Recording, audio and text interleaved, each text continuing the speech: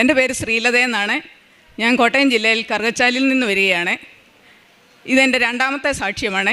12ാമത് ഞാൻ പുതുക്കുകയാണ്. എനിക്ക് എല്ലാ മാസവും ഇവിടെ വരണം. 3 മാസം കൂടി 90 ദിവസം ആകുമ്പോൾ എനിക്ക് പുതുക്കുകയും വേണം. അത് എന്തെങ്കിലും തടസ്സമുണ്ടെങ്കിൽ ഞാനത് മാറ്റിവെച്ച് പുതുക്കലിന് ഞാൻ പ്രാധാന്യം കൊടുക്കും. ഞാൻ വന്ന് 12ാമത്തെ പുതുക്കുകയാണ്. ഞാനിവിടെ ആദ്യമായിട്ട് വന്നത്, ഞാൻ പത്രം ഇന്ന് കൊടുക്കുകയാണെങ്കിൽ എല്ലാവരോടും വിവരം പറയും. ഈ പത്രം ഇന്നിടത്തു നിന്നാണ്, ഇത് ഇന്നതാണ് കാര്യങ്ങൾ. നമുക്ക് നിങ്ങൾ എവിടെയാണ് നിങ്ങളുടെ വീടെന്ന് ചോദിക്കും. നിങ്ങൾ ഇവിടെ കൃപാസനത്തിൽ വരാനുള്ള വഴി ഞാൻ പറഞ്ഞു കൊടുക്കും. പൈസ ഇല്ലെങ്കിൽ പൈസ തരാൻ, നിങ്ങൾ കൃപാസനത്തിൽ പോയി ഉടമ്പടി എടുക്കുക എന്ന് പറയാറുണ്ട്. പക്ഷേ എനിക്ക് പത്രം കിട്ടിയപ്പോൾ ഞാൻ അവരോട് ചോദിച്ചിട്ടും അവർക്കറിയില്ലാഞ്ഞിട്ടായിരിക്കും, കാര്യമായിട്ടൊന്നും എന്നോട് പറഞ്ഞില്ല. അപ്പോൾ ഞാൻ എൻ്റെ ഭർത്താവിനോടൊക്കെ പറഞ്ഞു, ഞാൻ ആഴ്ചയിലൊരിക്കൽ പനിയായിരുന്നു. എനിക്കൊരു നിവൃത്തിയില്ല ജീവിക്കാൻ. ആ ഒരു സമയത്തായിരുന്നു. അപ്പോൾ എനിക്ക് പത്രം കിട്ടിയപ്പോൾ എനിക്ക് വിശ്വാസമുണ്ട്. എൻ്റെ മനസ്സ് പറഞ്ഞു, ഞാൻ ഇവിടെ വന്നാൽ ഉടമ്പടി എടുത്താൽ, ഉടമ്പടിയെപ്പറ്റിയൊന്നും അറിയില്ല, അതിനകത്ത് എഴുതിയിരിക്കുന്ന കണ്ടുകൊണ്ട് ഞാൻ പറഞ്ഞു, എനിക്ക് ഇവിടെ വന്നു കഴിഞ്ഞാൽ ഞാൻ രക്ഷപ്പെടുമെന്ന് എൻ്റെ മനസ്സ് പറയുന്നുണ്ട്.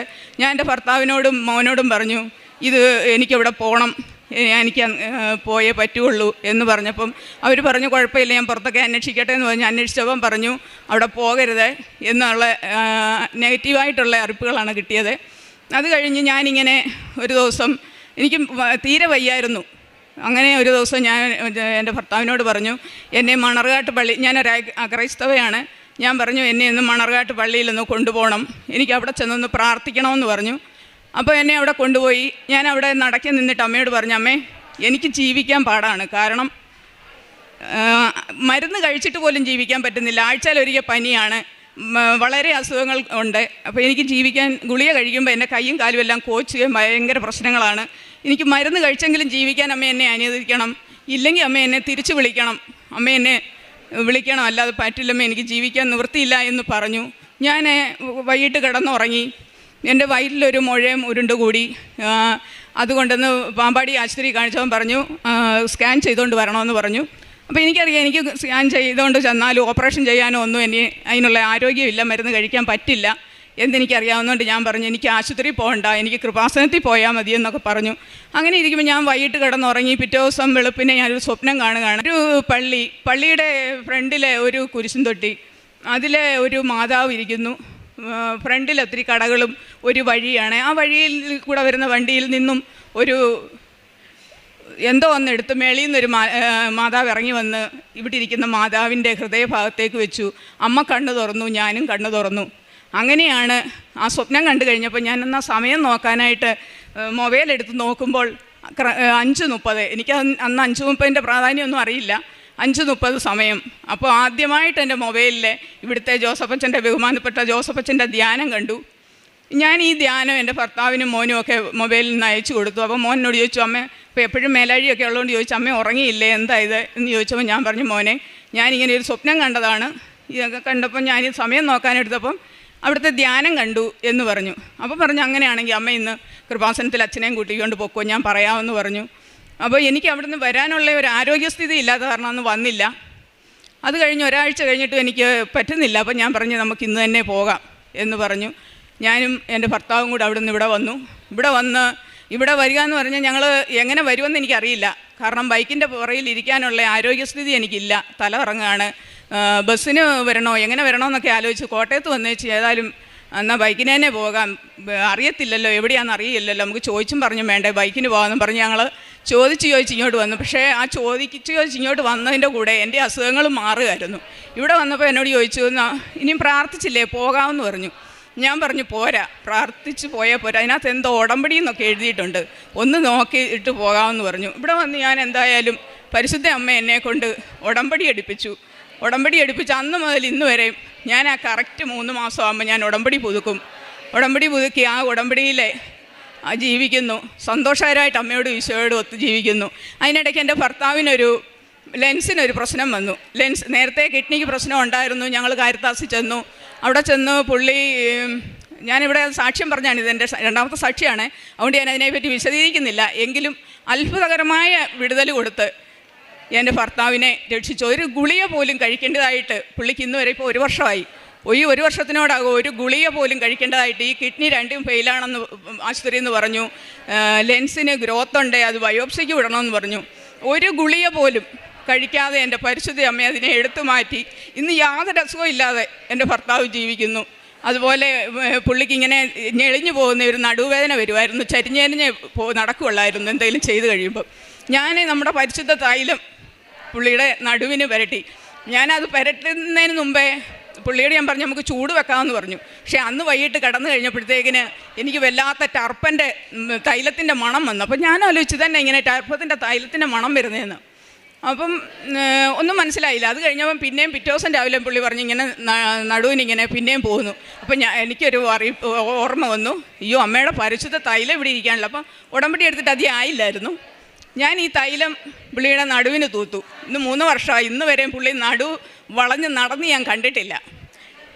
ഞാൻ നിങ്ങളോട് എല്ലാവരോടും പറയുകയാണ്, നമ്മുടെ എല്ലാവരും വിചാരിക്കും 3 മാസത്തേക്കിന് മതിയല്ലോ എന്ന്. പക്ഷേ പോരാ. നമ്മുടെ ജീവിതകാലം മുഴുവൻ നമ്മൾ പരിശുദ്ധ അമ്മയോടും ഈശോയോടും ചേർന്ന് നമ്മൾ ഉടമ്പടിയിൽ തന്നെ ജീവിക്കണം. എനിക്ക് പത്രം കിട്ടിയാൽ ഇപ്പം ഞാൻ സാക്ഷ്യം പറയാൻ വന്നത്, എനിക്കൊരു 10 വർഷത്തിന് മേളിലായിട്ട് നെഞ്ചിനകത്തൊരു വിഷമം ഉണ്ടായിരുന്നു.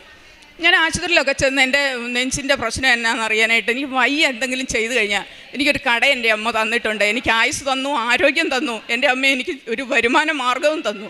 ഈ വരുമാന മാർഗം 2 ഷട്ടർ തുറക്കണം എൻ്റെ കടയിൽ. എനിക്ക് രാവിലെ ഷട്ടർ തുറന്ന് അവിടുത്തെ പണികളൊക്കെ ചെയ്ത് കഴിഞ്ഞ് വൈകിട്ട് വരുമ്പോഴത്തേന് ഈ ഷട്ടറും താത്തിട്ടേച്ച് വീട്ടിൽ വരുമ്പോൾ എനിക്ക് വയ്യ തീരെ. അപ്പോൾ അങ്ങനെ ആയപ്പോഴത്തേക്കിന് നെഞ്ചിനകത്ത് വിമിഷ്ട ഇടിപ്പൊക്കെ വന്നപ്പം ആശുപത്രിയിൽ പോയി പരിശോധനയൊക്കെ ചെയ്യുന്നുണ്ട്, കുഴപ്പമൊന്നുമില്ല. ഈയിടെ എൻ്റെ മക്കൾക്കൊരു സുഖമില്ലായ്മ വന്നു, അവർ ആശുപത്രിയിലായി. മോൾക്ക് പനിയായിരുന്നു, മോൻ്റെ കുഞ്ഞുങ്ങൾക്കും പനിയായിരുന്നു. അവനെ എടുത്തോണ്ടൊക്കെ നടന്ന് എൻ്റെ നെഞ്ചിനകത്ത് വീണ്ടും വിഷമമായി. ഞാൻ ഇങ്ങനെ വിഷമമായപ്പം ആശുപത്രിയിൽ ഒന്നും പോവുകയില്ല. നമ്മുടെ തൈലമൊക്കെ ഉള്ള പരിപാടിയുള്ളൂ. കൈ മുറിഞ്ഞാലും തൈലം, കൈ പൊള്ളിയാലും തൈലം, പനി വന്നാലും തൈലം, തലവേദന വന്നാലും എന്ത് അസുഖത്തിനും തൈലം, ഉപ്പ് ഇതൊക്കെ ഉപയോഗിക്കാറുള്ളൂ. തേനെ ഇപ്പം ഷുഗർ നോക്കാൻ പോവുകയാണെങ്കിൽ ഒരു ശകലം തേനെടുത്ത് കഴിച്ചിട്ടേ ഞാൻ ഷുഗർ നോക്കാൻ പോവുള്ളൂ. ഇത് അമ്മയുടെ അനുഗ്രഹം കൊണ്ട്, എൻ്റെ ഈശോയുടെ അനുഗ്രഹം കൊണ്ട് ഒരു കുഴപ്പവും എനിക്ക് ഇന്ന് വരെ ഒരു ഷുഗറിന് മരുന്ന് കഴിക്കേണ്ടതായിട്ട് എനിക്ക് വന്നിട്ടില്ല. പ്രഷറോ അങ്ങനെയുള്ള അസുഖങ്ങളൊന്നും എൻ്റെ അമ്മ എനിക്ക് വരുത്തിയിട്ടില്ല. അങ്ങനെ ആ ഉടമ്പടി തൈലത്തിലൊക്കെയാണ് ഞാൻ ജീവിക്കുന്നത്. പിന്നെ കുഞ്ഞിന് ഇങ്ങനെ മേലാഴി വന്ന് അവനെ എടുത്തുകൊണ്ട് നടന്നപ്പം വീട്ടിൽ വന്ന് എന്നെ അങ്ങനെ പനി തളർത്തിയില്ല. മറ്റേ ആഴ്ച ഒരു പനിയായിരുന്നു എനിക്ക്. പനി കാരണം എനിക്ക് വയ്യായിരുന്നു. ഇപ്പോൾ എനിക്ക് അവരുടെ കൂടെ നടന്നാൽ പോലും എനിക്ക് പനി ഉണ്ടാകില്ല. ഈ 3 കുഞ്ഞുങ്ങളെയൊക്കെ എടുത്തുകൊണ്ട് നടന്നു കഴിഞ്ഞപ്പോൾ എനിക്ക് പനി വന്നു കഴിഞ്ഞപ്പോഴത്തേക്കിന് നെഞ്ചിനകത്ത് വിഷമമായി. പനി വലിയ കാര്യമായിട്ട് വന്നില്ല, പക്ഷേ നെഞ്ചിൻ്റെ വിഷമം ഭയങ്കരമായിരുന്നു. അപ്പോൾ ഞാൻ കടയിലൊന്നും പോകാതെ ഇങ്ങനെ ഇരുന്നപ്പോൾ മോൻ പറഞ്ഞു അമ്മ എന്നാൽ എവിടെയെങ്കിലും ഒന്ന് കാണിക്കുകയെന്ന് പറഞ്ഞു. അപ്പോൾ ഞാൻ പോയി ലെൻസിൻ്റെ ഡോക്ടറെ പോയി കണ്ടു. അവിടെ ഒരു പരിശോധനയൊക്കെ നടത്തി, ഊതുന്ന പരിശോധനയൊക്കെ നടത്തിയപ്പം ഡോക്ടർ പറഞ്ഞു ലെൻസിൻ്റെ കപ്പാസിറ്റി പോകുന്നതാണ്, അത് വേണ്ടതിലും പകുതി പോലും ഇല്ല എന്ന് പറഞ്ഞു. കുറച്ച് മരുന്നിനൊക്കെ എഴുതി തന്നു. നമുക്കൊന്നും അറിയില്ല. വീട്ടിൽ കൊണ്ടൊന്നും മരുന്ന് കഴിക്കാൻ തുടങ്ങിയപ്പം കയ്യും കാലും എല്ലാം കോച്ചുകയും മസിൽ കയറുകയും ഒരു തരത്തിലും കഴിക്കാൻ പറ്റില്ല. എന്നാലും അസുഖം മാറണ്ടേ, കുറേയൊക്കെ കഴിച്ചു കഴിഞ്ഞിട്ട് പറ്റുന്നില്ല. അപ്പം വേറെ ഡോക്ടറെ പോയി കണ്ടു. ഹോമിയോ ഡോക്ടറാണ്, പുള്ളിക്കാരത്തെ പരിചയമുള്ളതാണ്. അപ്പം പുള്ളിക്കാരത്തിയോട് മരുന്നൊക്കെ തന്നു. ഞാൻ പുള്ളിക്കാരോട് ചോദിച്ചു സാറേ ഈ അസുഖം നമുക്ക് മരുന്ന് കഴിച്ചാൽ മാറുമോ? കാരണം മരുന്ന് കഴിച്ചിട്ട് മാറുന്ന ഒരു ഒട്ടും കുറവില്ലല്ലോ. അതുകൊണ്ട് ഞാൻ ചോദിച്ചു സാറേ അങ്ങനെ മരുന്ന് കഴിച്ചാൽ കുറയുമോ, ഈ അസുഖം അങ്ങനെ മാറുന്നതാണോ എന്ന് ചോദിച്ചവൻ പറഞ്ഞു കപ്പാസിറ്റി പോയത് ഒരിക്കലും മരുന്ന് കൊണ്ട് തിരിച്ചു വരികയില്ല, അതിങ്ങനെ കുറേശ്ശെ പൊയ്ക്കൊണ്ടിരിക്കുകയുള്ളെന്ന് പറഞ്ഞു. അപ്പം ഞാൻ വിധി എഴുതി കടയൊക്കെ നിർത്തി വീട്ടിലിരിക്കുന്ന അങ്ങനെ ഒരു അവസ്ഥയിലേക്ക് പോകും. പെട്ടെന്ന് ഞാൻ ഓർത്ത് അതിൻ്റെ ആവശ്യമില്ലല്ലോ, നമുക്ക് കൃപാസനം ഉണ്ടല്ലോ. ഞാൻ പറഞ്ഞു ഞാൻ കൃപാസനത്തിൽ പോകാമെന്നും പറഞ്ഞ് ഇവിടെ വന്നു. നമ്മുടെ ബഹുമാനപ്പെട്ട ജോസഫച്ചനെ കണ്ടു. അച്ഛൻ എൻ്റെ വിരലേലെ ഒരു ശകലം സൈത്ത് പുരട്ടി തന്നു. എന്നോട് ഇവിടെ നിൽക്കുന്ന സിസ്റ്റർ പറഞ്ഞു ബാത്റൂമിൽ പോയി വിശ്വാസപ്രമാണം ചൊല്ലി കുരിശ് വരച്ച് നെഞ്ചിട്ട് പുരട്ടിക്കോളാൻ പറഞ്ഞു. ഞാൻ അങ്ങനെ ചെയ്തു. ബാത്റൂമിൽ ചെന്ന് കുരിശ് വരച്ച് വിശ്വാസപ്രമാണം ചൊല്ലി ഞാൻ തേച്ചത് ആ സമയത്ത് എൻ്റെ നെഞ്ചിൽ നിന്ന് എന്തോ ഒരു ഭാരം പോകുന്ന പോലെ എനിക്ക് തോന്നി. ഇന്ന് വരെ എനിക്ക് ഒരു ഡോക്ടറെ പിന്നെ അതിൻ്റെ പേര് കാണേണ്ടതായിട്ട് വന്നില്ല. എൻ്റെ അമ്മ എന്നെ അതിനനുവദിച്ചില്ല. പിന്നെ എനിക്ക് 11ാമത് ഞാൻ കഴിഞ്ഞ പ്രാവശ്യം ഇവിടെ പുതുക്കാൻ വന്നു. എനിക്കൊരു കയർത്താമസമൊക്കെ ഉണ്ടായിരുന്നു. എന്നിട്ട് ഞാനത് വേണ്ടാന്ന് വിചാരിച്ച് രാവിലെ പോകുന്നില്ല. അവർ പറഞ്ഞു രാവിലെ വരണം, ആ ചടങ്ങിന് വന്ന് പങ്കെടുക്കണമെന്ന് പറഞ്ഞു. ഞാൻ പറഞ്ഞില്ല, എനിക്ക് കൃപാസനത്തിൽ പോയി ഉടമ്പടി എടുക്കണം, അതുകൊണ്ട് എന്നെ ഉടമ്പടി പുതുക്കേണ്ട ദിവസമാണ്. ഞാൻ മാറ്റമില്ല, എനിക്കത് 18ാം തീയതി എന്നുള്ള. ഇന്ന് ഞാൻ ഒരാളെ കൊണ്ടുവരേണ്ട പേർക്കാണ് ഇന്ന് 16ാം തീയതി വന്നത്, അല്ലെങ്കിൽ നാളെ കഴിഞ്ഞേ വരുള്ളൂ. അങ്ങനെ ഞാനിവിടെ വന്നു. ആൾ കുറവായിരുന്നു, ഇടദിവസമായിരുന്നു. ഇവിടെ വന്ന് അമ്മയുടെ ചെന്ന് ഞാൻ നിന്നപ്പോൾ എൻ്റെ മനസ്സ് പറഞ്ഞു, ഇന്ന് ആൾ കുറവാണല്ലോ, അമ്മയെ എടുക്കാനൊരു അവസരം കിട്ടുമല്ലോ എന്ന് പറഞ്ഞു. അങ്ങനെ നിന്നു. പക്ഷേ അപ്പുറത്തും ഇപ്പുറത്തും നിന്നവർക്ക് എന്തോ അസുഖമൊക്കെ ഉണ്ടായിരുന്നു, അവർക്ക് കിട്ടി, എനിക്ക് കിട്ടിയില്ല. എനിക്ക് ഭയങ്കര സങ്കടമായി. അന്നേരം ഞാൻ വിചാരിച്ചു അത് അമ്മയുടെയോ ഈശോയുടെയോ കുറ്റമല്ല, എൻ്റെ എന്തെങ്കിലും കുറവുകൾ കൊണ്ടായിരിക്കും എന്ന് വിചാരിച്ചു. ഞാനങ്ങ് പോയി. അമ്മ എന്നിലും കൂടുതലായിട്ട് അമ്മയെ സ്നേഹിക്കുകയും ഉടമ്പടിയിൽ ജീവിക്കുകയും ചെയ്യുന്നവർക്കായിരിക്കും അമ്മ കൊടുത്തത്. കുഴപ്പമില്ല, എനിക്ക് സന്തോഷം. എനിക്ക് അമ്മയെ പോലെ തന്നെ ഒരു ഗ്രോട്ട് മേടിച്ച്, അമ്മയുടെ ഒരു ഇത് മേടിച്ച് എന്നോട് വെച്ചിട്ടുണ്ട്. ഞാൻ അത് എടുത്തുകൊണ്ട് നടന്നു ഈ ഒരു സങ്കടം മാറാൻ. അത് കഴിഞ്ഞ് ഞാൻ മെഴുതിരി വെച്ച് രാവിലെ പ്രാർത്ഥിച്ചു കഴിഞ്ഞപ്പോഴത്തേക്കിന് ഞാൻ നോക്കുമ്പം ആദ്യം ഒരു പൂ ഇങ്ങനെ വന്നു. അമ്മയ്ക്ക് എന്നോട് ഇഷ്ടമില്ല, അതുകൊണ്ടാണോ എനിക്ക് കിട്ടാനെന്നൊക്കെ ഞാൻ പരാതി ഇച്ചിരി പറഞ്ഞെങ്കിലും എനിക്കറിയാം. എനിക്കൊരു പരാതിയില്ല എൻ്റെ അമ്മയോട് കേട്ടോ. എൻ്റെ ആയുസ്സും ആരോഗ്യമൊക്കെ തന്ന് എന്നെ വഴി നടത്തുന്ന എൻ്റെ അമ്മയോട് എനിക്കൊരു പരാതിയില്ല. എൻ്റെ അപ്പനും അമ്മയായിട്ട് ഞാൻ കണ്ട് ഞാനിന്ന് സ്നേഹിച്ച് ജീവിക്കുകയാണ് അവരുടെ കൂടെ. എനിക്കൊന്നും തന്നില്ലെങ്കിലും തന്നതിന് നന്ദി പറഞ്ഞ് ജീവിക്കാനാണ് എനിക്കിഷ്ടം. ഞാൻ നോക്കുമ്പോഴത്തേക്കിനൊരു പൂവ് വിരിഞ്ഞ് നിൽക്കുന്ന കണ്ടു. ഞാൻ അത് കണ്ട് എനിക്ക് സന്തോഷം കൊണ്ട് വയ്യ. ഞാൻ നോക്കിക്കൊണ്ടിരിക്കുമ്പോഴത്തേന് ആ പൂവ് മാറി ഒരു ഹൃദയത്തിൻ്റെ വടം പോലെ വന്നു. ഞാനത് മൊബൈലിനകത്തെടുത്തു, എല്ലാവർക്കും അയച്ചു കൊടുത്തു. രാവിലത്തെ ഡെയിലി ബ്രെഡ് ആയാലും എല്ലാവർക്കും അയച്ചു കൊടുക്കും. അച്ഛൻ്റെ കൂടെ എനിക്ക് 4:45 ഞാൻ എഴുന്നേറ്റ് ശുദ്ധി വരുത്തി ഡ്രസ്സെല്ലാം മാറിയിട്ടാണ് രാവിലെ നമ്മുടെ പ്രാർത്ഥന ബുക്കിനകത്ത് പ്രാർത്ഥിക്കും. അത് കഴിഞ്ഞ് 5:30 ആകുമ്പോൾ കൃത്യമായിട്ട് 5:30 ആകുമ്പോഴും 7 മണിയാകുമ്പോഴും കടയിൽ നിന്ന് ഞാൻ അതനുസരിച്ച് വരും. എന്നിട്ട് ഞാൻ പ്രാർത്ഥിക്കും. അത് കഴിഞ്ഞ് ബൈബിളും ഒക്കെ വായിച്ച് പിന്നെ 3 മണിക്ക് ജപമാല ചൊല്ലും. കടയിലിരുന്നായതുകൊണ്ടൊന്നും ശരിയാകത്തില്ല, അതിന് ഞാൻ അന്നത്തെ ദിവസം വീട്ടിൽ വന്ന് ചൊല്ലും. അങ്ങനെ പ്രാർത്ഥനയൊക്കെ ആയിട്ട് പോകുന്നു. പിന്നെ പത്രം കിട്ടിയാൽ ഞാൻ പത്രത്തിൽ എഴുതും. ഒന്നുകിൽ കുരിശ് വരച്ചേച്ച് ഞാൻ വചനങ്ങൾ എഴുതി പ്രാർത്ഥിക്കും, ഇല്ലെങ്കിൽ എഴുതും. നിങ്ങൾ ഏത് ജാതിയും ആയിക്കോട്ടെ, മതവും ആയിക്കോട്ടെ, അവിടെ ജാതിയില്ല. ഇങ്ങനെ ഒരു കൃപാസനമുണ്ട്. നിങ്ങൾ ജീവിതത്തിൽ ദുരന്തത്തിൽ കെട്ട് കഴിയുന്നവരാണെങ്കിൽ തീർച്ചയായും കൃപാസനത്തിൽ പോയിട്ട് എൻ്റെ ഫോൺ നമ്പറും ചില പ്രാവശ്യം ഞാൻ എഴുതാറുണ്ട്, എല്ലാ പ്രാവശ്യമൊന്നും എഴുതിയിട്ടില്ല. നിങ്ങൾ പോവുക, ഉടമ്പടി എടുക്കുക, അവിടെ ഉടമ്പടിയിൽ ജീവിക്കുക എന്ന് പറയുകയും ആ പത്രത്തിൽ എഴുതുകയും ചെയ്യും. പിന്നെ എല്ലാ പ്രാവശ്യവും ഞാൻ പത്രം കൊണ്ട് ചെല്ലുമ്പോൾ ആദ്യമൊക്കെ ചെല്ലുമ്പോഴത്തേക്കിന് കിടപ്പ് രോഗികൾക്ക് കൊടുക്കുമായിരുന്നു. കിടപ്പ് രോഗികൾക്ക് കൊടുക്കുമ്പം അവരെന്ത് ചെയ്യുമെന്ന് ചോദിച്ചാൽ കാല് കെട്ടാനായിട്ട്, മുറിവുള്ളവരാണെങ്കിൽ വെരിക്കോസ് വെയിൻ്റെയൊക്കെ ഉള്ളവരാണെങ്കിൽ കാല് കെട്ടാനൊക്കെ പത്രം ഉപയോഗിക്കും. അത് ഞാൻ കണ്ടു. ഞാൻ അവരോടെല്ലാം പറഞ്ഞ് മനസ്സിലാക്കി അങ്ങനെ ചെയ്യരുത്, ഒത്തിരിയും പേരുടെ ജീവിതമാണിത്, അതുകൊണ്ട് അങ്ങനെ ചെയ്യരുതെന്ന് പറഞ്ഞ് അവരെ പറഞ്ഞ് മനസ്സിലാക്കുകയും അത് കഴിഞ്ഞിട്ട് ഞാൻ ഇന്ന് വരെയും അവരുടെ കിടക്കുന്ന രോഗികൾക്ക് ഞാൻ കൊടുക്കാൻ ശ്രമിച്ചിട്ടില്ല. OP-യിൽ കൊണ്ടുവന്ന് കൊടുക്കും. പിന്നെ അങ്ങനെ എല്ലാ അയൽവക്കത്ത് കൊടുക്കും. OP-യിൽ ആശുപത്രിയിൽ OP കൊടുക്കും. പിന്നെ ബസ് സ്റ്റാൻഡിലും ഒക്കെ കൊടുക്കും. ഓട്ടോക്കാർക്ക് എന്നും കിട്ടിക്കൊണ്ടിരിക്കുന്നത്, അതുകൊണ്ട് അവർക്ക് ഞാൻ കൊടുക്കാൻ ശ്രമിക്കാറില്ല. ആദ്യമൊക്കെ കൊടുക്കുമായിരുന്നു, ഇപ്പോൾ കൊടുക്കുകയില്ല. പിന്നെ ഞാൻ കഴിഞ്ഞ പ്രാവശ്യം പത്രം മേടിച്ചുകൊണ്ട് പോയപ്പോൾ എൻ്റെ മനസ്സിൽ തോന്നി എന്തെങ്കിലും ഒന്ന് വിശേഷമായിട്ട് എന്ത് ചെയ്യാം എന്ന് വിചാരിച്ചിട്ട് ഞാൻ ചങ്ങനാശ്ശേരി സ്റ്റാൻഡിൽ ചെന്നിട്ട് എല്ലാവർക്കും വണ്ടിയെ കയറി കൊടുത്തു. അപ്പം ആരെങ്കിലും എന്തെങ്കിലും പറഞ്ഞാൽ, എന്നെ അങ്ങനെ ഒന്നും ആരും പറഞ്ഞിട്ടില്ലെന്ന് എൻ്റെ തോന്നൽ. ഇനി പറഞ്ഞിട്ടുണ്ടെങ്കിലും എനിക്ക് വിഷയമില്ല, എനിക്ക് അതിനകത്ത് പ്രയാസമേ ഇല്ല. ഞാൻ എൻ്റെ ഈശോയോടും അമ്മയോടും കൂടെ ജീവിക്കുകയാണ്. ഇന്ന് ഉടമ്പടിയിലായിരുന്നുവെങ്കിൽ എൻ്റെ അവസ്ഥയും എൻ്റെ ഭർത്താവിൻ്റെ അവസ്ഥയെല്ലാം പരിതാപകരമായി എന്ന് എനിക്ക് തീർച്ചയായിട്ടും ഉറപ്പുണ്ട്. അതുകൊണ്ട് ഞാൻ അമ്മയെയും ഈശോയെയും സ്നേഹിച്ച് അതിന് നന്ദി പറഞ്ഞ് ജീവിക്കുകയാണ്. എൻ്റെ നിത്യതയിലും എൻ്റെ നാട്ടിലുള്ളവരൊക്കെ എല്ലാ മതസ്ഥരും എന്നോട് ചോദിക്കാറുണ്ട്, നീ ഇങ്ങനെ ജീവിച്ചാൽ നിൻ്റെ മരണത്തിൽ നിനക്ക് എങ്ങനെയായിരിക്കുമെന്ന് ചോദിക്കാറുണ്ട്. നിന്നെ മരിക്കുമ്പോൾ ഞാൻ പറയും, ഇന്ന് ഞാൻ ജീവിക്കുന്ന ഈശോയുടെയും അമ്മയുടെയും കൈ പിടിച്ചാണ്, അന്നും അവർ തന്നെ നോക്കിക്കോളും, എൻ്റെ ആത്മാവിനെ അവർ കൊണ്ടുപോയിക്കോളും, പിന്നെ ശരീരമല്ലേ അത് എന്തെങ്കിലും ചെയ്തോട്ടെ, എനിക്കതിന് വിഷയമില്ല എന്ന് പറയും. അങ്ങനെ ഈശോയോടും അമ്മയോടും ചേർന്ന് ജീവിക്കുന്നു. നിങ്ങളെല്ലാവരും എനിക്ക് വേണ്ടി പ്രാർത്ഥിക്കണം. ഞാൻ എല്ലാവർക്കും വേണ്ടിയും പ്രാർത്ഥിക്കാറുണ്ട്. ഉടമ്പടി എടുത്ത എല്ലാ മക്കൾക്ക് വേണ്ടിയും, നമ്മുടെ ബഹുമാനപ്പെട്ട ജോസഫച്ചന് വേണ്ടിയും പ്രാർത്ഥിക്കാറുണ്ട്. മറ്റുള്ളവരുടെ കാര്യത്തിൽ എനിക്ക് ഭയങ്കര സങ്കടമാണ്. അവർക്ക് എന്തെങ്കിലും വന്നാൽ അവർക്ക് വേണ്ടിയാണ് ഞാൻ നിയോഗങ്ങൾ എഴുതുന്നത്. എൻ്റെ പേർക്ക് ഞാൻ നിയോഗങ്ങൾ കുറവാണ്. ആദ്യമൊക്കെ എഴുതുമായിരുന്നു, ഇപ്പം ഞാൻ എഴുതാറില്ല. എൻ്റെ സങ്കടങ്ങൾ ഞാൻ അമ്മയുടെ കൂടെ ജീവിക്കുമ്പോൾ എനിക്കെന്താണ് സങ്കടം, എനിക്കെന്ത് സങ്കടം ഉണ്ടെങ്കിലും എൻ്റെ അമ്മ മാറ്റിത്തരും. കഴിഞ്ഞ ദിവസം എനിക്കൊരു തലവേദന വന്നു. തലവേദന എന്ന് പറഞ്ഞാൽ അത് ചെറുതൊന്നുമല്ല, ഭയങ്കര തലവേദന, അനുഭവിക്കാൻ പറ്റാത്ത രീതിയിലുള്ള തലവേദന, കണ്ണ് തുറക്കാൻ മേലാത്ത പോലുള്ള തലവേദന.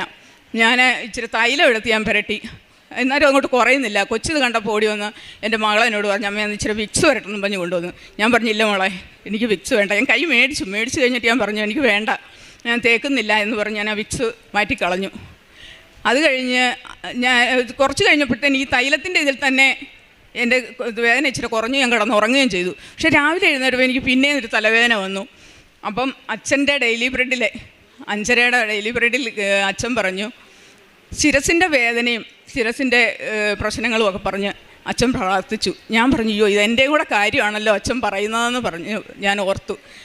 പക്ഷേ അതിൽ പിന്നെ ഇതുവരെ എനിക്ക് അങ്ങനെ ഒരു തലവേദന വന്നിട്ടില്ല. അങ്ങനെ എല്ലാ കാര്യത്തിലും ഈശോയോടും അമ്മയോടും ചേർന്ന് ജീവിക്കുന്നു. ഇനിയും അങ്ങനെ തന്നെ ജീവിക്കണമെന്ന് ഞാൻ ആഗ്രഹിക്കുന്നു. എനിക്ക് ഇത് മാത്രം എൻ്റെ ലോകത്തിൽ എനിക്ക് മതി. എൻ്റെ നിത്യതയിലും എപ്പോഴും ഈശോയോടും അമ്മയോടും കൂടെ ആയിരിക്കാൻ. ആത്മീയ ജീവിതം എന്ന് പറഞ്ഞാൽ ഈശോയോടും അമ്മയോടും കൂടെ ജീവിക്കുന്ന നമുക്ക് എന്താണ് ആത്മീയതയെ കുറവ് വരുന്നത്? എന്തെങ്കിലും തെറ്റുകൾ വന്നാലും അപ്പനും അമ്മയല്ലേ നമ്മളെ തെറ്റുകൾ തിരുത്തി അവർ മുന്നോട്ട് കൊണ്ടുപോയിക്കോളും. ഇനിയും അങ്ങനെ പോകണമെന്നാണ് എൻ്റെ ആഗ്രഹം. എൻ്റെ അമ്മയോടും എൻ്റെ ഈശോയോടും മാത്രം എൻ്റെ സ്വർഗത്തോടു കൂടി ജീവിക്കണമെന്നാണ് എനിക്ക്. ഞാൻ നിങ്ങളോട് എല്ലാവരും വീണ്ടും അങ്ങ് പറയുകയാണ്, ആരും 90 ദിവസത്തേക്കിനാണ് ഉടമ്പടിയെന്ന് വിചാരിക്കരുതേ. നിങ്ങൾ മുന്നോട്ട് പോകണം. പക്ഷേ മുന്നോട്ട് പോയപ്പോഴാണ് എൻ്റെ ഭർത്താവിന് പ്രശ്നം വന്നതും എനിക്ക് പ്രശ്നം വന്നതും. അപ്പം നമ്മൾ എന്തു ചെയ്യും?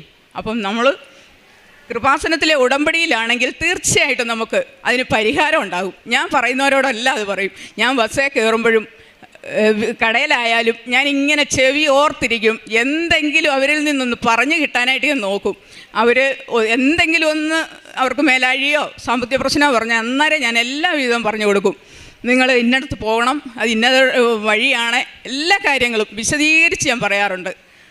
ഇത്രയും പറഞ്ഞുകൊണ്ട് എൻ്റെ ഈശോയുടെ അമ്മയുടെ തൃപ്പാദത്തിൽ ഞാൻ ഈ സാക്ഷ്യം സമർപ്പിക്കുകയാണ്. എന്നെ രണ്ടാമത് ഈ ആൾക്കാരെ കയറ്റി നിർത്തി. പിന്നെ എനിക്ക് ഇങ്ങനെ ഇത്രയും ആൾക്കാരുടെ ഇടയിലൊന്നും എനിക്ക് സാക്ഷ്യം പറയാനോ ഒരു വാക്ക് പറയാനോ കയറി നിൽക്കാനോ ഉള്ള ധൈര്യം എനിക്കില്ലാത്തവളാണ്. പക്ഷേ എല്ലാം തന്ന അമ്മ എന്നെ അനുഗ്രഹിച്ചു. എൻ്റെ സഹായകനാണ്. അങ്ങയുടെ ചിറകിൻ കീഴിൽ ഞാൻ ആനന്ദിക്കും. എൻ്റെ ആത്മാവ് അങ്ങയോട് ഒട്ടിച്ചേർന്നിരിക്കുന്നു. അങ്ങയുടെ വലത് കൈ എന്നെ താങ്ങി നിർത്തുന്നു. സങ്കീർത്തനം 63, 7, 8 വചനങ്ങളാണ്. ഉടമ്പടി മക്കളുടെ ജീവിതത്തിൽ അവിടുത്തെ ചിറകിൻ്റെ കീഴിലാണ് നമുക്ക് സംരക്ഷണവും കരുതലുമുള്ളത്.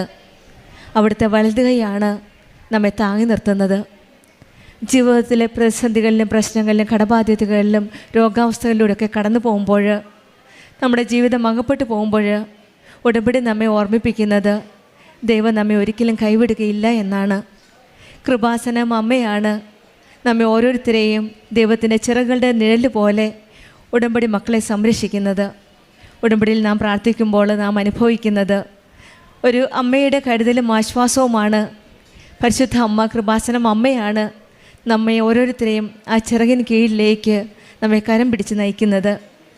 ഉടമ്പടി മക്കളെ, ദൈവം നമ്മെ വലതു കൈ കൊണ്ട് താങ്ങുന്നു എന്നുള്ള വിശ്വാസമാണ്, ഉറപ്പാണ്. ഉടമ്പടിയിൽ ദൈവ സാന്നിധ്യമാണ് നമുക്ക് ഏറ്റവും വലിയ ഉറപ്പ്. അങ്ങനെയുള്ള ആ ദൈവ സാന്നിധ്യം അനുഭവിച്ചറിഞ്ഞ ഒരു വലിയ ദൈവാനുഭവ സാക്ഷ്യമാണ് സഹോദരി ശ്രീലത നമ്മളോട് സാക്ഷ്യപ്പെടുത്തിയത്. പരിശുദ്ധ അമ്മയെപ്പറ്റി അടുത്തറിഞ്ഞത് ഒരു കൃപാസനം പത്രത്തിൽ കൂടെയാണ്. അന്ന് പത്രം കിട്ടിയപ്പോൾ എവിടെയാണ് എന്താണെന്ന് ഒന്നും അറിയില്ല. പക്ഷെങ്കിൽ ഈ സഹോദരി പറയുന്നത്, ഇന്ന് ഞാൻ ഓരോ പത്രം കൊടുക്കുമ്പോഴും കൃപാസനത്തെപ്പറ്റി പറയുകയും എൻ്റെ അനുഭവത്തെപ്പറ്റി പറഞ്ഞ് മനസ്സിലാക്കുകയും അവരോട് ചിലപ്പോൾ എഴുതി കൊടുക്കും പത്രത്തിൽ, ജീവിതത്തിൽ ദുരന്ത അവസ്ഥകളിൽ അകപ്പെട്ട് കഴിയുകയാണെങ്കിൽ എത്രയും പെട്ടെന്ന് കൃപാസനത്തിൽ പോകണമെന്ന് പറഞ്ഞു കൊടുക്കുമെന്ന്. കാരണം ആദ്യമായി കൃപാസനം പത്രം കിട്ടിയപ്പോൾ ആ അറിവ് എനിക്ക് ലഭിച്ചില്ലായിരുന്നു. അതുകൊണ്ട് തന്നെയാണ് ഇന്ന് ഞാൻ പത്രം കൊടുക്കുമ്പോൾ, ഓരോ പത്രം കൊടുക്കുമ്പോഴും എൻ്റെ അനുഭവം അവരോട് പറഞ്ഞ് മനസ്സിലാക്കി, കൃപാസനത്തിൻ്റെ ലൊക്കേഷൻ പോലും അവർ നിൽക്കുന്ന സ്ഥലത്ത് നിന്ന് പറഞ്ഞു കൊടുത്തിട്ട് അവർക്ക് സാമ്പത്തികമായിട്ട് ബുദ്ധിമുട്ടുണ്ടെങ്കിൽ അതും കൂടെ സഹായിച്ചിട്ടാണ് ഈ സഹോദരി അവിടെ നിന്ന് പോകുന്നത്. അത്രയ്ക്കും ആത്മാർത്ഥതയോടെ സ്നേഹത്തോടെയാണ് കൃപാസനത്തിലെ ഓരോ പത്രവും കൊടുക്കുന്നത്. അതും ബസ്സിലും ബസ് സ്റ്റോപ്പിലും റോഡ് സൈഡിലുമൊക്കെ എല്ലായിടത്തും ചെന്ന് ഹോസ്പിറ്റലിൽ പോകുമ്പോൾ രോഗികൾ അത് മിസ്യൂസ് ചെയ്യാതിരിക്കാനായിട്ട് പ്രാർത്ഥിച്ചാണ് ഓരോരുത്തരുടെ കരങ്ങളിൽ പ്രാർത്ഥിച്ചുകൊണ്ട് കൊടുക്കുന്നത്. അത് ഈശോയുടെ അമ്മയുടെ സ്നേഹത്തെ പ്രതിയാണ്, അല്ലാതെ ഉടമ്പടി കൊണ്ടല്ല. അത് ദൈവസ്നേഹത്തെ പ്രതി മാത്രമാണ് ഈ പത്രങ്ങൾ ഓരോരുത്തർക്കും കൊടുക്കുന്നത്. അങ്ങനെ ആ കൃപാസനം പത്രം ലഭിക്കുകയും പരിശുദ്ധ അമ്മയുടെ സന്നിധിയിൽ വരുവാനായിട്ടുള്ള ആഗ്രഹമുണ്ടായിരുന്നു. പക്ഷെങ്കിൽ അത് സാധിച്ചില്ല. പിന്നീട് അമ്മ തന്നെ ഒരു സ്വപ്നത്തിൽ കൂടെ വെളിപ്പെടുത്തി കൊടുക്കുകയാണ്. രാവിലെ 5:30 ഒരു സ്വപ്നം കാണുകയും പെട്ടെന്ന് സമയം നോക്കാനായിട്ട് മൊബൈലിൽ തുറന്നപ്പോൾ ആദ്യം ഒരു പരിശുദ്ധ കൃപാസനം അമ്മയുടെ ഈ പള്ളിയിൽ നിന്നുള്ള ഉടമ്പടി ധ്യാനമാണ് കേട്ടത്. പിന്നീട് ഹസ്ബൻഡിനോട് പറയുകയും ചെയ്ത് എനിക്കിവിടെ വന്ന് പ്രാർത്ഥിക്കണമെന്ന്. അങ്ങനെ കോട്ടയത്തു നിന്നും ഇവിടെ വന്ന് പരിശുദ്ധ അമ്മയുടെ സന്നിധിയിൽ വന്ന് പ്രാർത്ഥിക്കുകയും പെട്ടെന്ന് ഉടമ്പടി എടുക്കുകയുമാണ് ചെയ്തത്. ഇത് ഉടമ്പടിയിൽ കണ്ടിന്യൂ ചെയ്യുന്ന, ഉടമ്പടിയിൽ നിലനിൽക്കുന്ന ഒരു സഹോദരിയാണ്. 12 പ്രാവശ്യം ഉടമ്പടി പുതുക്കുകയും ഇത് 2ാമത്തെ സാക്ഷ്യമാണ്.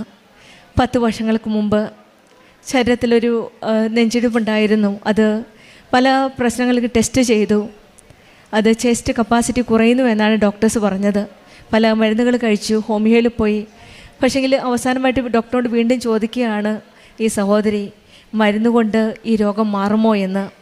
പക്ഷേങ്കിൽ ഡോക്ടേഴ്സ് പറഞ്ഞത് കപ്പാസിറ്റി കൂടില്ല, പക്ഷേങ്കിൽ എങ്ങനെയെങ്കിലും നിലനിർത്താൻ സാധിക്കുമെന്നാണ്. പിന്നീടാണ് ഈ മോൾക്ക് മനസ്സിലായത് ഇനി ദൈവത്തിൽ മാത്രം ആശ്രയിക്കാം. Not by merit but by grace.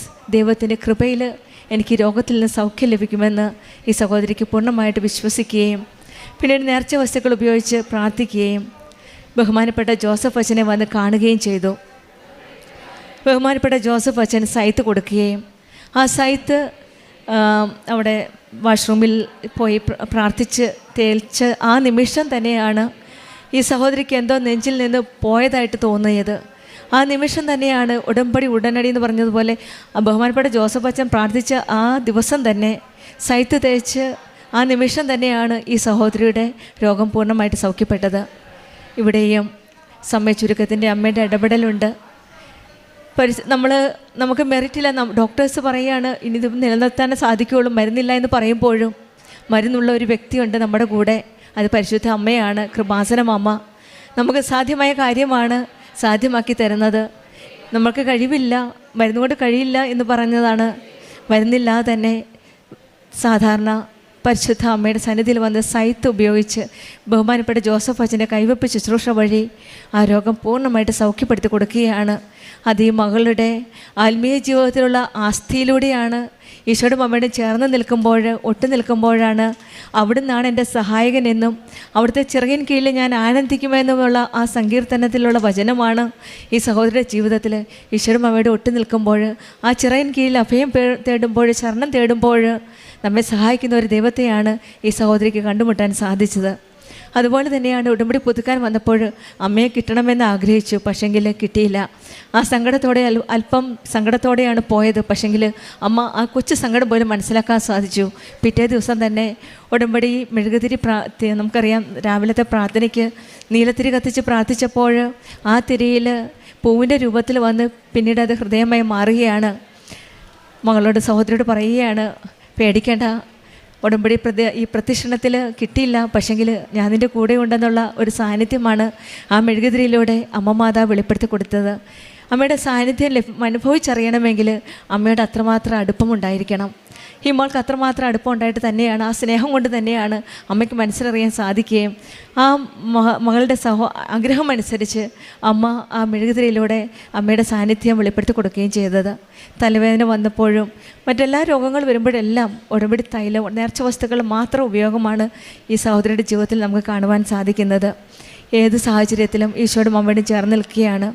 വിശേഷവിധിയായിട്ട് നമ്മളെന്താ ചെയ്യുന്നത് ചോദിച്ചപ്പോഴാണ് നമ്മൾ പറയുന്നത്, ബസ്സിൽ കയറി ആരോടും എപ്പോൾ എവിടെ വേണേലും ഞാൻ ഈശോയുടെ അമ്മയെപ്പറ്റി പറയാനായിട്ടുള്ള ഒരു കരുത്ത് അത് ഈശോയുടെ അമ്മയോട് ചേർന്ന് നിൽക്കുമ്പോഴാണ്. ആരോ ചോദിച്ചു ഇപ്പോഴിങ്ങനെ, പക്ഷേങ്കിൽ മരണശേഷം നിങ്ങൾ എന്തു ചെയ്യുമെന്ന് ചോദിച്ചപ്പോൾ ഒരു നല്ല ഉത്തരം തന്നെയാണ് അവർക്ക് പറഞ്ഞു കൊടുത്തത്. എൻ്റെ ആത്മാവിനെ ഈശോയും അമ്മയും ഏറ്റെടുക്കും. ഞാൻ നിത്യതയിലേക്കുള്ള ജീവിതത്തെപ്പറ്റിയാണ് ഞാൻ ചിന്തിക്കുന്നത്. എൻ്റെ ശരീരത്തെ അവിടെയുള്ളവരെ എന്തു വേണമെങ്കിലും ചെയ്തു കൊള്ളട്ടെ മരിക്കുന്ന സമയത്തെന്നാണ്. അത്രമാത്രം ആഴത്തിലുള്ള ഒരു ആത്മീയതയാണ് ഈ മകൾക്കുള്ളത്. നിത്യതയെപ്പറ്റി ഇപ്പോഴാലോചിക്കുവാനും നിത്യതയിലേക്കുള്ള വിശ്വാസത്തോടെ ഉടമ്പടി ജീവിതം മുന്നോട്ട് നയിക്കാനും പിന്നെ ആ നിമിഷം മരിച്ചതിന് ശേഷം എന്ത് വേണമെങ്കിലും ചെയ്തുകൊള്ളട്ടെ, ആചാരപ്രകാരമോ എന്ത് നിയമപ്രകാരമോ ചെയ്തു കൊള്ളട്ടെ, പക്ഷേ എൻ്റെ ആത്മാവും ശരീരവും ഈശോയുടെ അമ്മയോടും ചേർന്ന് നിൽക്കുമ്പോഴുള്ള ആ നിത്യതയെപ്പറ്റി ഇപ്പോൾ തന്നെ ഈശോയും അമ്മയും തന്നെ വെളിപ്പെടുത്തി കൊടുത്തിട്ടുണ്ട്. ഉടമ്പടിയിൽ പ്രശ്നങ്ങളിലെല്ലാം പരിഹാരമുണ്ടെന്നുള്ള ആ വിശ്വാസത്തോടെ മറ്റുള്ളവർക്ക് ഉടമ്പടിയെപ്പറ്റിയും കൃപാസനം അമ്മയെപ്പറ്റിയും ഒക്കെ പറഞ്ഞു കൊടുക്കുമ്പോൾ അമ്മയുടെ പ്രത്യക്ഷീകരണത്തിന് ഒരു വലിയ സാക്ഷിയായിട്ട് മാറുകയാണ്. സങ്കീർത്തനം 41 പറയുന്ന പോലെ, ഞാൻ ക്ഷമാപൂർവ്വം കർത്താവിനെ കാത്തിരുന്നു, അവിടുന്ന് ചെവി ചായ്ച്ച് എൻ്റെ നിലവിളി കേട്ടു എന്നാണ്. ഈ മകളുടെ ഓരോ നിലവിളികളും ഓരോ പ്രാർത്ഥനയും ഇപ്പോൾ പ്രാർത്ഥിക്കുന്നില്ല, കൂടുതൽ ആത്മീയതയിലേക്കാണ്. ആഗ്രഹങ്ങളൊന്നും അധികമില്ല എന്നാണ് 12 പ്രാവശ്യം പുതുക്കിയപ്പോൾ ഈശോയുടെ മുമ്പിൽ ചേർന്ന് നിന്ന് ഒരു ആത്മീയതയിലേക്കുള്ള ഒരു യാത്രയാണ്, ജീവിതയാത്രയാണ് നയിക്കുന്നതെന്നാണ് ഈ സഹോദരി പറയുന്നത്. നമ്മുടെ ജീവിതത്തിലും ഈശോയും അമ്മയിലും ചേർത്ത് നിന്ന് ആ ചിറകിൻ്റെ കീഴിൽ ആനന്ദിക്കാനും അഭയം തേടാനും ശരണം തേടാനുമുള്ള കൃപയ്ക്കായി നമുക്ക് പ്രാർത്ഥിക്കാം. എൻ്റെ ആത്മാവ് അങ്ങോട്ട് ഒട്ടിച്ചേർന്നിരിക്കുന്നു, അങ്ങയുടെ വലതു കൈ എന്നെ താങ്ങി നിർത്തുന്നു. ആ താങ്ങി നിർത്തുന്ന സ്നേഹം നമുക്കും നമ്മുടെ ജീവിതത്തിൽ മനസ്സിലാക്കാനുള്ള അനുഭവിക്കാനുള്ള കൃപയ്ക്കായി നമുക്ക് പ്രാർത്ഥിക്കാം. ശ്രീലതയ്ക്കും കുടുംബത്തിൽ ലഭിച്ച എല്ലാ അനുഗ്രഹങ്ങൾക്കും നമ്മൾക്ക് കരങ്ങളടിച്ച് ദൈവത്തെ മഹത്വപ്പെടുത്താം.